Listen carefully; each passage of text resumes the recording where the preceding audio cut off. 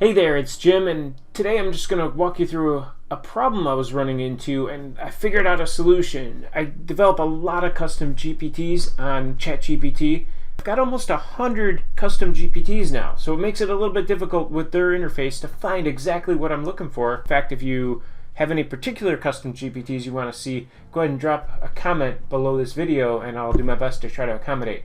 Anyway, back to the solution here. So if you're anything like me and you're starting to build a lot of custom GPTs in this platform, it's really horrendous to find them after, especially if you don't have a great naming convention.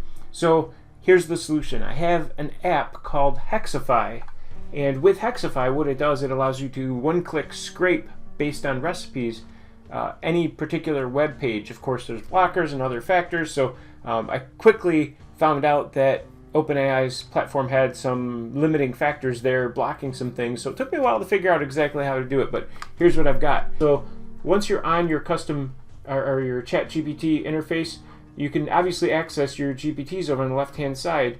In fact, you click the More button, and that's where you see all of the GPTs that you've either built or used. Most of these I've actually built from scratch. So once you have that expanded, then you can run Hexofy. It is a Chrome extension. I bought it a while ago when it was on a lifetime deal. I don't know if it's lifetime or not right now, but I'll try to drop a link in the comments as well if you want to get access or learn more about Hexofy. But basically, as I mentioned before, this thing works off of recipes, so I had to custom build a recipe. Now they have some features in here where it has an AI assistant to build recipes.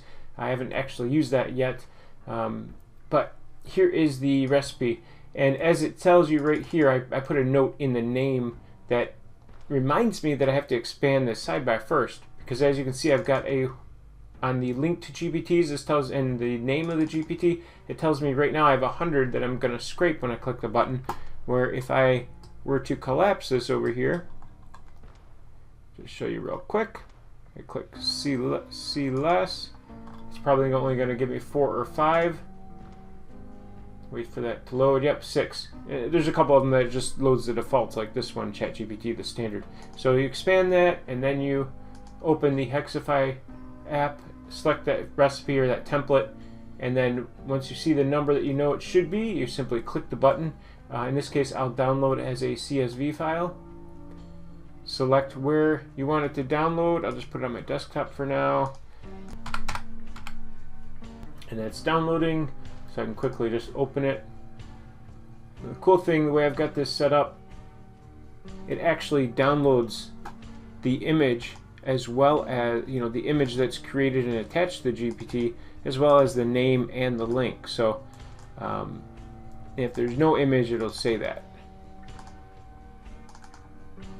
Now the next step I'm going to be doing here is I'm going to go ahead and upload these into my website as I build it out. I'm probably going to use WooCommerce, or I might use a custom post type inside WordPress to make it easy to manage these and categorize and access them. So stay tuned for more. Hope if anybody's watching this, hope this helps you out if you ran into the same issue. And if you've got another solution, drop a comment down below. Let me know what other solutions you found to help manage and organize all these custom GPTs and custom AI tools that you've been building. All right, take care. Talk soon and have fun.